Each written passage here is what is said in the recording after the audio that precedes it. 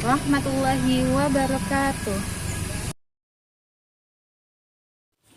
Halo anak-anakku semuanya, bertemu lagi dengan Ustazah Nafa dalam pembelajaran fikih kelas 3 materi Salman Al-Farisi. Materi dapat kalian baca di buku fikih kelas 3 halaman 33 sampai 39.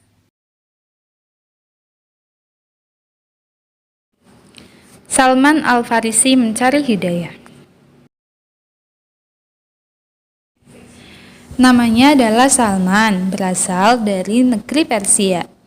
Salman adalah anak seorang kepala suku. Agama asli Salman adalah Majusi, yaitu agama yang menyembah api. Salman adalah orang yang taat, menjalankan ajaran Majusi. Suatu hari, Salman melewati sebuah gereja tempat orang-orang Nasrani beribadah.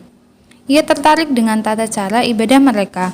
Ia merasa agama Nasrani ini lebih baik daripada agama Majusi.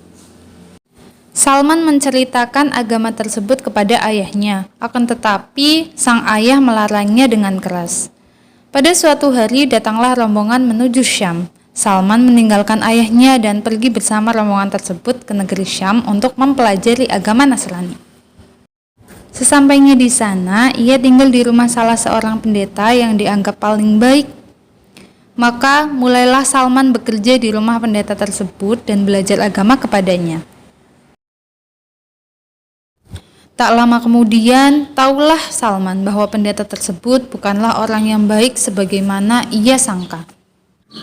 Pendeta itu menganjurkan pengikutnya bersedekah, tetapi hasil sedekah tersebut tidak dibagikan kepada fakir miskin. Ia menyimpannya di gudang sehingga bertumpuk-tumpuk dan tidak ada sedikit pun harta yang diberikan kepada fakir miskin. Salman merasa kecewa dengan perbuatan pendeta tersebut. Ia menunjukkan harta yang disimpan kepada masyarakat sehingga masyarakat tersebut marah dan menghukum sang pendeta. Tidak lama kemudian, mereka mengangkat seorang pendeta yang baru. Salman terus membantunya sampai sang pendeta meninggal dunia. Pendeta itu berwasiat agar Salman pergi ke kota Mausil untuk menemui seorang pendeta di sana. Salman segera pergi ke Mausil dan berguru kepada pendeta tersebut. Tidak lama kemudian, pendeta itu pun meninggal dunia.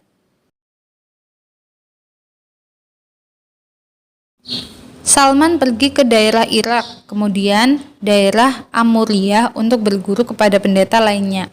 Menjelang ajalnya, pendeta di kota Amuriyah berkata, "Anakku, tidak lama lagi akan datang seorang nabi dari Jazirah Arab dengan membawa ajaran Nabi Ibrahim.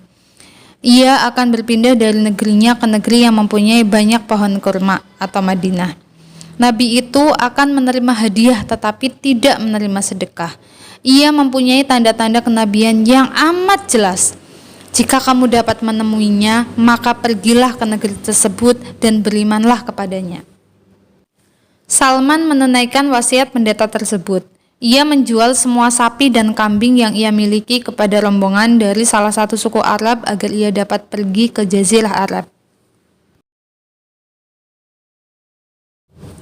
Salman pergi bersama rombongan tersebut, akan tetapi rombongan tersebut berkhianat. Salman dijual dan dijadikan budak untuk salah seorang Yahudi.